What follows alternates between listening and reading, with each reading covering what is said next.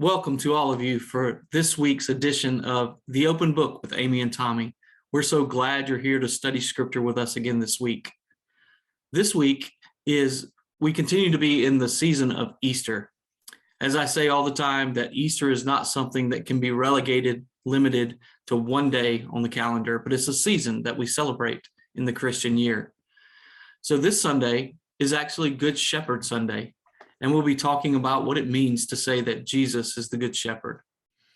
We're also going to be looking today at a very familiar text, Psalm 23. And as Amy and I were just talking, Psalm 23 is such a familiar passage in Scripture. Most of us assume we know everything about it. Maybe we haven't memorized and we've heard it in lots of different ways, but really we know it in the King James Version. So it's comforting for us, I think, because it has a happy ending. But what I want you to do as Amy reads scripture today, I want you to take a deep breath. Maybe you want to close your eyes, but listen to the words or phrases that stand out to you. Amy, you want to read for us? I'll be glad to. From Psalm 23. The Lord is my shepherd, I shall not want. He makes me lie down in green pastures. He leads me beside still waters. He restores my soul. He leads me in right paths for his name's sake. Even though I walk through the darkest valley, I fear no evil, for you are with me. Your rod and your staff, they comfort me.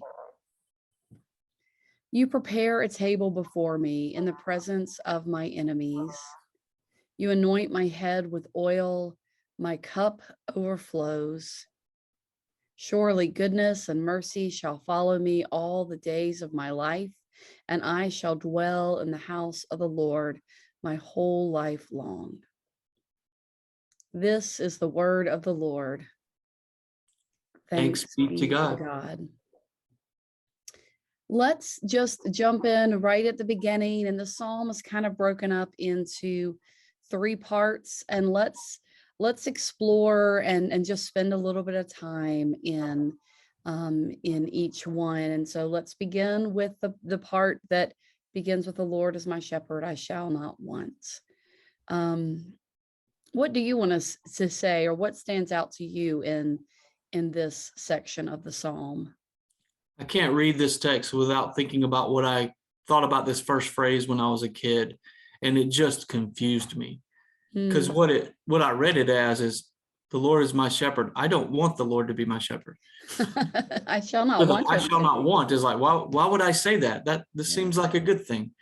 Yeah. So so that's kind of an interesting thing too. I like some of the translations that say, the Lord is my shepherd. I'll have everything I need. I like that. And so I don't want for anything. I've got everything that I need because the Lord is my shepherd. Yeah. And I think that astonishing claim that Yahweh, God, is the one who created all things, is also the one who cares for me like a shepherd cares for the sheep.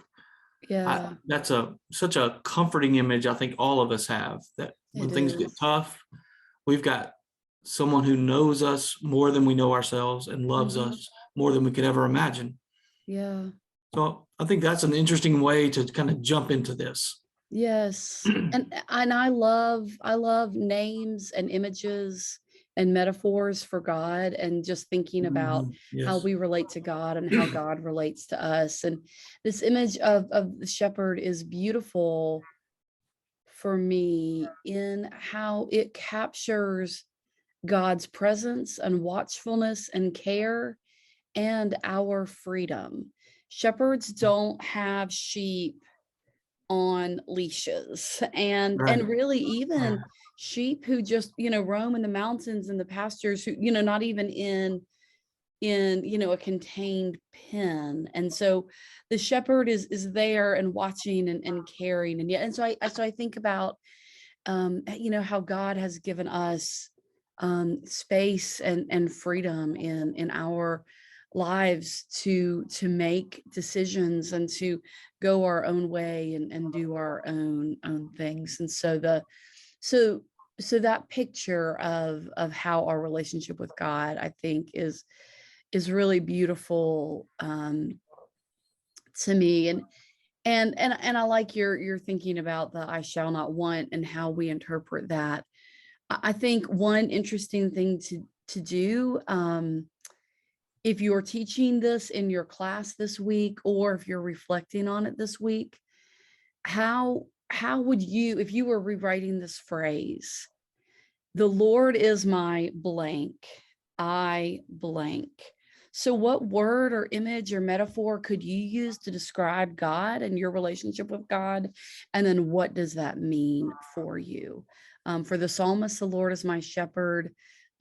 I shall not want. And Tommy had some good, even if we just add for anything, I shall not want for anything, some clarifying phrases, but that could be an interesting way to spend some time and reflect on this psalm. And then as it goes on, and you could do this as well, it talks about the work of the shepherd and how God gives us rest. He makes me lie down in green pastures. He leads me beside still waters.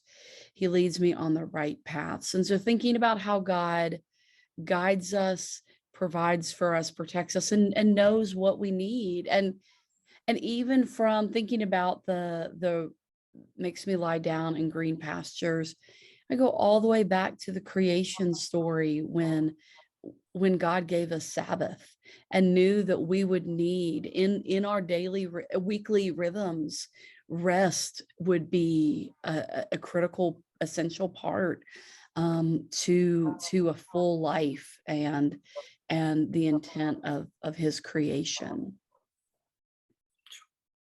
Good. That's excellent. Do you have other thoughts on this image of God as a shepherd? I'm pulling back a little bit. Yeah, because I think, when I read this at first, I think of the shepherds and the story of Jesus's birth, and that we always say the shepherds were among the lowest classes in Hebrew society. But I don't think King David is using this image to convey that God is it's not just a humbling of God. I don't think back in the ancient Near Eastern days, the kings were often spoken of as shepherds because they guided and protected their people. Mm-hmm. And I think today, when we think about it, sometimes I've heard ministers kind of described as shepherds. And we have this word pastoral, which is very a peaceful shepherding type word. And then I think for our church congregation, we actually call some of our Bible study leaders shepherds, mm-hmm. because for them, we hope that they're going to help guide and inform and protect and figure out where people are in their class so that they can care for them. So I think shepherd, when we think about it, we think of God as the ultimate shepherd. In John 10, we have Jesus as the good shepherd. Mm-hmm. And we also, when we think about it, we think of ourselves as sheep, foolishly wandering to places we shouldn't go. And I think there's some of that kind of just fits with us. Yeah. But you jump to it's the next verse, talked about the lying down in green pastures, leading me beside still waters, restoring my soul. Every time I read that, I take a deep breath because it feels like something I need. You almost can't not do that. It just lends itself and it invites you into that. And I love the leading part of this. I always wondered about the makes me lie down, but then I was like, yeah, but given my own advice, my own stuff, I would never stop. Mm-hmm. So it's nice that there's somebody that says, okay, you're worn out, you need to stop. Right. And then leads you beside the still waters that brings you peace and leads you in right paths, but not for anybody's sake, but for God's, for love's sake, is what a lot of the prayers say. Yeah. And I think that's cool. Yeah.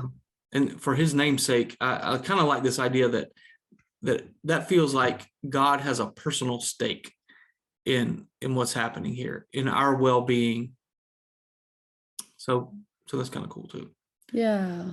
Yeah. And yeah. And a bit of a claim that we belong to God. And as we continue, thinking this year about beautiful belonging, Hmm. um, it is a gift for people of all ages to know that they belong somewhere and to someone. And so being claimed as a child of God is a great gift for us as Christians. Well, now let's move on to the next section. And I will confess, I had to work and focus hard as I read this section, because as we read this text in the New Revised Standard, and it was not written in the King James Version that we all know and that just kind of flow off of our tongue. Here it says, even though I walk through the darkest valley. And we are used to hearing, even though I walk through the valley of the shadow of death, um, I will fear no evil. So maybe we can think about those images and what they mean and what they bring to mind for us. Is there one that you prefer that feels more correct? So even though I walk through the darkest valley, or even though I walk through the valley of the shadow of death, what do you think about that, Tommy? I think that, I mean, I relate better to the darkest valley Hmm. than the shadow of death, because it feels to me like I walk through a lot of dark valleys, Yeah, but the valley of the shadow of death comes in seasons, and I think that's important. yeah, But I think this I fear no evil in the midst of it all is yeah. really a challenge. Mm. Why do you say that? I and I don't know if it's just the evil part or if it's just the fear part. Maybe Right. I just would stick with the I don't fear. I think it's hard Yeah, for us not to fear the yeah, hard times and the struggles, yeah. but Right. I don't know. Yeah, I think that's, well, yeah, I think even just depending on how we process the world and anxiety and all of those things, if I am in a dark valley, I can't say I'm not going to fear, because I'm very much afraid of, and maybe not, afraid for my own life, but afraid for the outcome. And what if, if if I'm waiting for results from a medical test, I can't say, even though I walk through the dark valley, I will not fear. So then I wonder what evil does to that. But also then, something I don't think we we talk about much and understand well is the powers and presence of evil in our life, and in our world. And are there we easily claim and believe that God's power is present and is doing good work and good things. And so that's really easy to see and believe and relate to and understand. It's really hard to think about there being some sort of force or activity that's working against us, um, in the world. So that's interesting. So that's a challenge. And I'll go back to the darkest valley. Um, Mhm. I think in general, I can relate more to the darkest valley. I think that is a much more human experience, and one that we all live into often. But I can't read this and not think about the valley of the shadow of death. Um, and very specifically, I went through a year plus in my first church I served in Norfolk, Virginia, where we had 4 very, very, very tragic deaths that were awful. And it was a very hard season. And several years later, I was in a Bible study that was exploring this psalm. And when he talked about the valley of the shadow of death, and the way that the leader helped explain that, all of a sudden, so that's how I refer to that season and that year. And that is something that is very tangible to me. Although the darkest valley is much more familiar to me. And, that's Right. something that we all experience multiple times every year. But also I think, for those of us who have had times that were really very difficult with a coming death or multiple deaths, or particularly painful death of someone that we loved. I think the image of walking through that time with God being with us is a comfort. But I also think that, for high school students going into AP exams and final seasons, for college students, for just, for all the hard seasons we go through, kids not sleeping, job is really stressful, finances are tough, whatever dark valley, no matter how serious or long term we're going through, it's always a comfort to know that God is there with us. So we don't need to fear. And I think that's so because God is with us, we don't fear. I go back to the Gospels several times, the idea that perfect love casts out all our fear. And that's something, just you have to rely on that perfect love to cast out your fear, recognizing that God loves us more than we know, and that God is present with us. God is on our side. I tell my kid that a lot. It's like, I'm on your side, no matter what. I'm on your side. Yes. So you can tell me anything, and I will be there for you. And we were talking earlier, if you want advice, I'll give you advice. If you want me to just be quiet, I'll be quiet, and let you talk, whatever it might be, to say that even when you're going through your tough time, I'm there for you.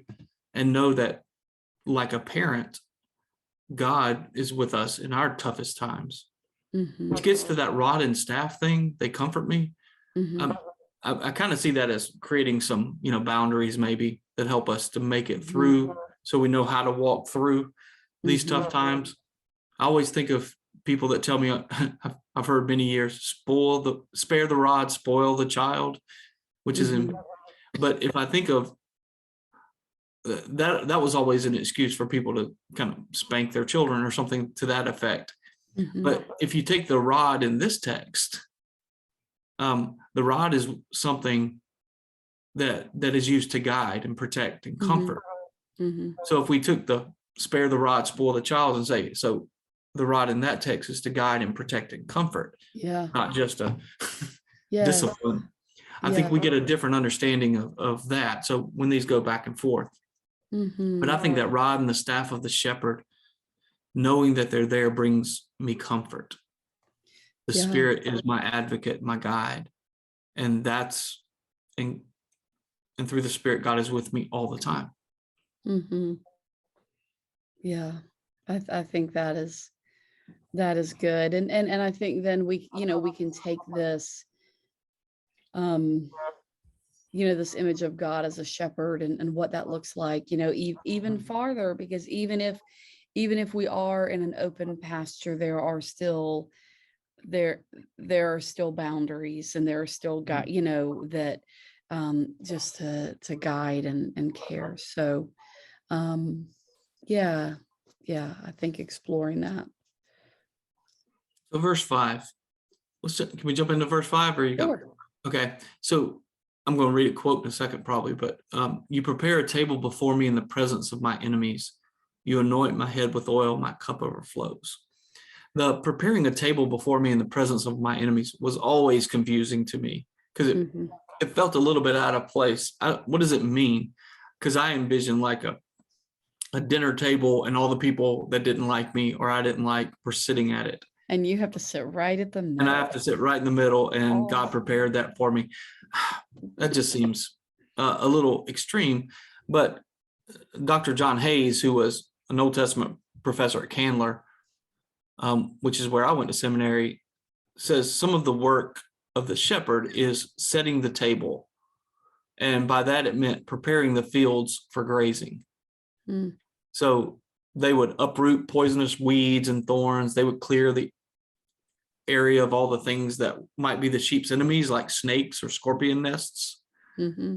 And then the anointing of their head in the evening, when the sheep were brought back together, the role of the shepherd was for the injured or sickly ones to be separated and treated with oil and a curative drink made of herbs sweetened with honey to help heal them and treat anything that went wrong throughout the day. So I like this idea of preparing a table before me is not making me sit with people I don't like, but is more of clearing the path from the things that might harm me, leading me not into temptation, but delivering me from evil. Mm-hmm. That's kind of what I sense here. And then the anointing my head with oil and my cup overflowing is a healing metaphor. Yeah. For those times when, hey, even though everything was kind of the temptations are still ever before me and the dangers are still ever before me and I get beat up, but I know that when I come back into God's presence, there is healing. Yeah. Yeah. That's what do you beautiful. think about this text? So one thing that stands out to me as we've read this passage today is how it seems to be going down one path and then it pivots, and it's always kind of changing mood and tone and expectations. And so, here's this beautiful image of a shepherd who cares for the sheep, and it's really lovely. And then all of a sudden you're in the darkest valley. And so with this phrase, when I think I probably do this a lot, but I especially did it today. I'm reading and I'm feeling so good because God is with me.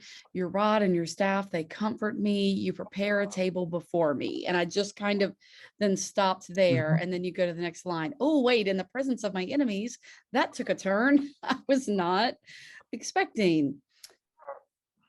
So then the image that came to mind, which I absolutely love, is when we read this, you prepare a table before me. I pictured our communion table and not a dinner table. And so I pictured, and that is a meal for all, and where that, and the gifts that we need to be reminded of is that doesn't belong to us. That doesn't belong to. And so people who disagree with us, people who practice differently than us and vote differently than us and live differently than us, they are invited to that table as well. So today, as I read this, you prepare a table before me in the presence of my enemies, I saw Christ's table and I saw the communion table that we are all invited to. And I can't stake claim to that table or to that meal. I come and I am a guest among all the other guests, and we are all welcome there. And so I think coming to that table is a place, and when we can come that way, not with our own agenda and rules, but come to accept the gifts of God's grace and Christ's grace at the table, we are blessed and we are anointed, and our cup overflows. And so that's the image that came to my mind today. And in worship today, we're having communion. So on this Good Shepherd Sunday, communion is a part of that text. I mean, a part of our worship. So I think we can connect that text. As you said, that's wonderful. I like to think about it that way. I'm going to throw one more thing into it. So the table may not be a dinner table. It may not be a communion table, but I read this somewhere. What if it's a table for one? Preparing a table before me in the presence of my enemies is just me. So some of the questions that got asked in this thing I was reading is, what if the enemy is within? What if the enemy is my own apathy? What if the enemy is my own comfort? What if it's my own pride? or how I've avoided the one that hurt me? What if the enemy is my own fear? So what then? Mm. And I love that kind of concept of it may be clearing out the temptations that are around us that can harm us. It may be having the Lord's Supper with those who may disagree with us or may come from lots of different places in life, but we are all one. But then I wonder too, is there a sense that, this also allows us to sit with ourselves and let the Spirit work on some of the things we need to be working on. Sometimes I've heard people say, well, I don't have any enemies. I mean, I'm not mad at anybody. But then when I look at some of the things that they may be struggling with, maybe our enemies are our addictions. Maybe they are our anger. Maybe they are some of the things. Maybe it may be that we don't think we have any enemies because we've not hung around people that might actually. Right. We're in denial about, or we avoid really hard situations, relationships, things that we have. I think that's good. I was really grateful during the season of Lent, and then very grateful that we've continued on the prayer of confession as we gather for worship, because it is really hard to name the things and to sit with the things at the table of one, of the ways, the things that we have not done and the things that we should have done that we've left undone. And so it's really hard to sit with those things. Let me ask you about prayers of confession. Yeah. So when I find it hard, and maybe people that are watching this do too. Sometimes I don't know if I feel like I don't have enough time, or I'm in a worship service that, I know there's a hymn coming up next or something like that, or I've got to say, Lord have mercy, or something to that effect. Sometimes it's hard for me to pray prayers of confession in church. I appreciate it. And I know these are corporate things. Yeah.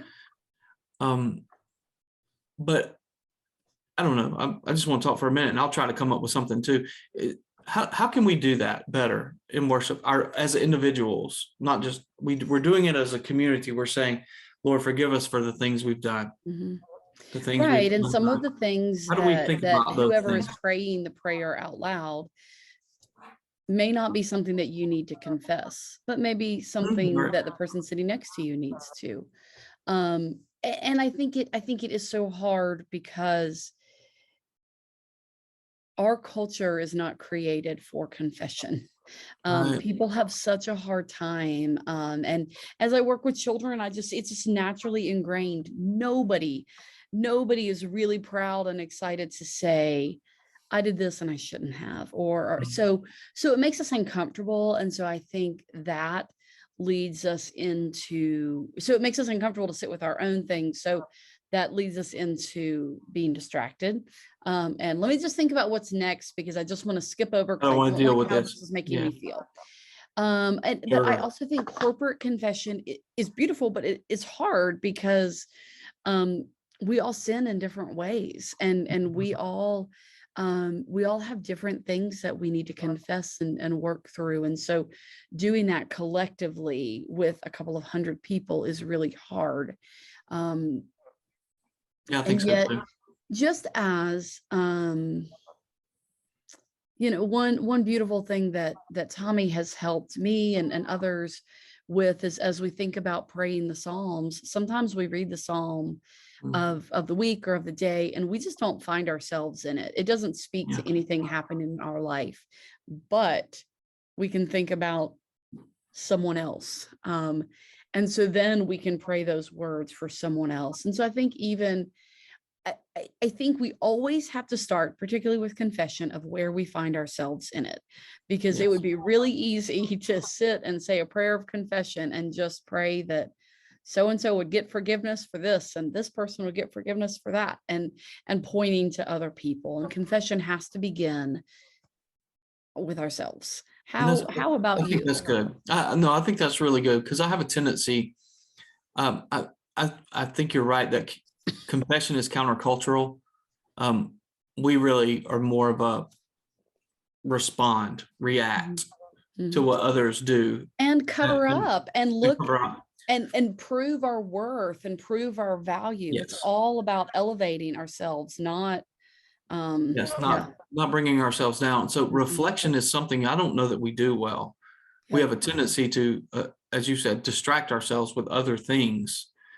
And when we distract ourselves with other things, we don't have to ask the question, where have I been unloving today? Where have I not done something that I knew I should do, but I just didn't feel like it?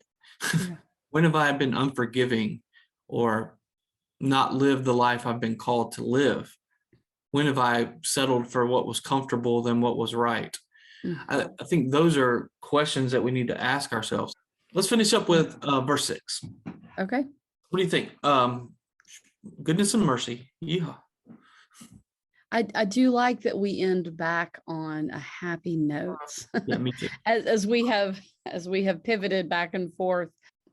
I think to so much of what Jesus said and promising us abundant life and the, my yoke is easy and my burden is light. And I just think about, and via charis, the way of grace, as we live our lives, following God and in the ways of Jesus, goodness and mercy will be ours and will follow us.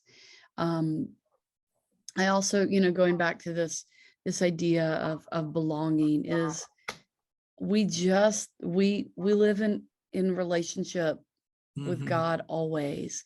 So much. And I've talked with some parents at different points about, their kids and their involvement here. And I so one of the great gifts of the church is that these are your people forever. And sometimes even if I've moved a lot of times and I've been part of a lot of churches, but even those people, but just being a part of this community of faith and universal and specific. But so as I've talked to parents, I said, your kid's going to be on sports teams or classes in school, and this year they'll be with this kid and next year they'll be with that kid, and there'll be some overlap. But when you come here and you're a part of our children's ministry and our youth group and join as an adult, you're doing all of life all year. It's not for a season, it's not for a time, it's for your whole life long. I love when, some of the people who got the 50-year pins last week, about that, who joined on the same Sunday and they grew up together and went through youth group together. And I see so many people in our church who raise their kids together, who are now raising their grandkids together or celebrating their grandkids. They're not doing the hard work. They're just enjoying them. But I think about being a part of God's family and what that calls us to. It is something for our whole life long, and what a gift. So what do you think about this verse? Oh, that's good too. Well, I don't know. I go back a little bit to some of my study on this verse in the past. Is the surely goodness and mercy shall follow me. I think the translation is a little weak there, because the word follow me is actually probably better translated as will pursue me. And I would think if I were translating this myself, the Greek scholar that I am, I say jokingly, I would say only goodness and faithful love are pursuing me actively all the days of my life. And so in thinking of it, it's more than they're following me, they're pursuing me. They're chasing me down. And even when I try to avoid it, goodness and mercy and faithful love, the hesed of God is following me, is pursuing me. And I like your concept of I shall dwell in the house of the Lord my whole life long. That you're right. We have people that come and go, college kids, sometimes youth or children leave. And it's fascinating how many people want to come back. But a as journey. someone who has made the moves, my family moved a lot growing up, you know, as an adult. I've served 3 different churches over the last 20 years, but this still resonates with me, even though I've only been a member of this specific church for, you know, almost 7 years. But dwelling in the house of the Lord as the universal church, I have been a part of God's people. I can't remember a time in my life where I or my family weren't a part of a church. And so when I read this, I think about, you know, a high school Sunday school teacher who was really just a key mentor. I think about my children's choir director who took us to Eagle Eyrie for music camp. And I think about, you know, I think about the pastor who baptized me. I think about, you know, and so I think about so many people, and so it's not geographically specific to one place, but to God's family of faith, which is all over the world.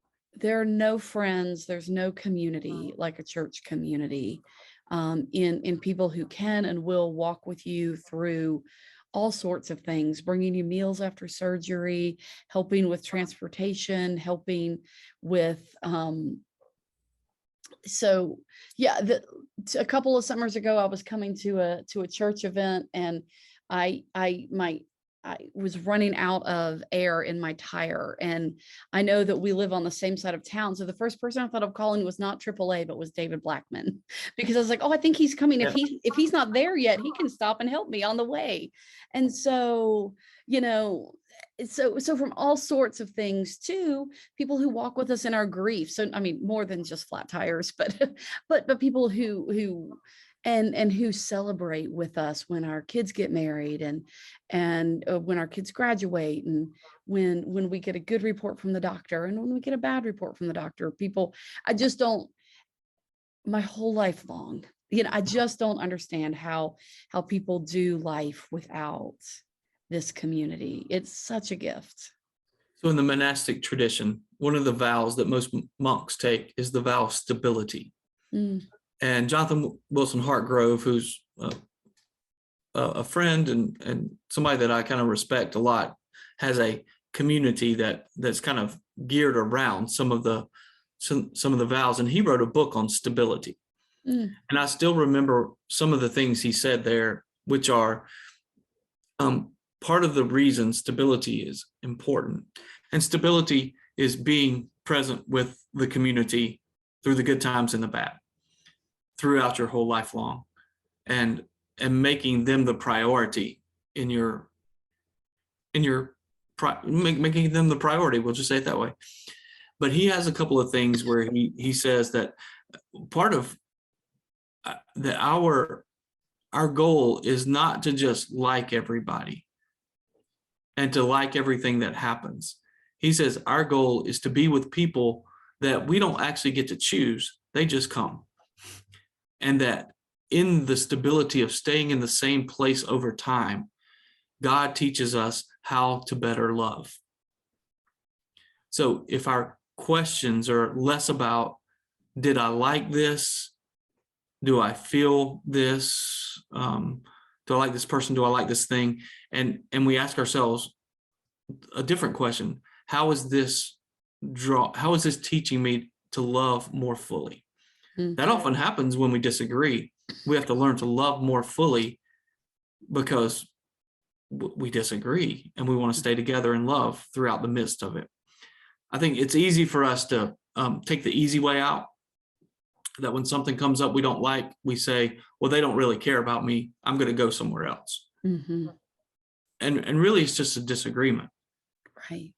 And if we can just simply work together to try our best to hear each other, to love through it all, to come together around that communion table you mentioned, to recognize that God is actively, purposely pursuing all of us with mm-hmm. faithful love. And we come together to remind ourselves that, so that we can share it back out with each other. Mm-hmm. That's, to me, that's the stability key, that whole life long, all the days of my life. It comes together. and it gives us the comfort we need to be all that God is calling us to be. It's the way of grace. It's not a burden we bear, but it's a trust in the one who teaches us that we bear one another's burdens with love. Yeah. Yeah. So That's we really good. receive, we accept, we trust, we respond, all of Yeah. those things, because the shepherd knows us by name Mhm. and calls us to be a community, a beloved community. So Yes. I like that. That's I why do I like too. it. That's one way I like this so much. There's Yes. no doubt why this is so loved and familiar. Absolutely. Absolutely. So, do you have anything else to share as we close? I do not. But I Okay. do want to say this. This is an announcement. I hope in the next couple of weeks, this past Wednesday, Mac Oh yeah. gave a description on Wednesday in the chapel at 6:00. The difference resurrection makes. This week, which is May, I'm going to say 11th. That may not be right, That's right. but it is right. Okay, May the 11th, Amy will be talking on her understanding of the difference resurrection makes. On the 18th, I'll be talking about the difference resurrection makes. And then on the 25th, we're going to bring together our youth and our children to talk about what they've been learning at church this past season and how they've experienced faith formation, and they're just going to tell you their stories, beautiful belonging. And those things I'll say are things you don't want to miss. No. Because we want you there. And then on Wednesday nights, we have dinner at 5:00. So, hey, you can come eat dinner with us too before the 6:00 experiences. So we're going to do that for the next 3 weeks. And if you can work that into your schedule, I think it would be beneficial to all of you. Yeah. Yeah. We'll look forward to seeing you on Sunday online or in person. And we'll look forward to seeing those of you who can join us on Wednesday for the Bible study around the difference the resurrection makes. Go in peace. Go in peace.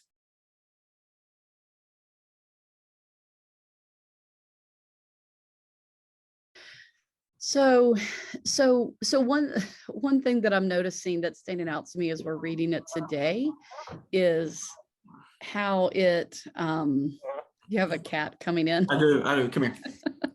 Sorry, I'm trying to keep the cat from me. You can keep that in. I may cut it out and just go to my response. But I'm Like, no, stop. It's not for you, Amy.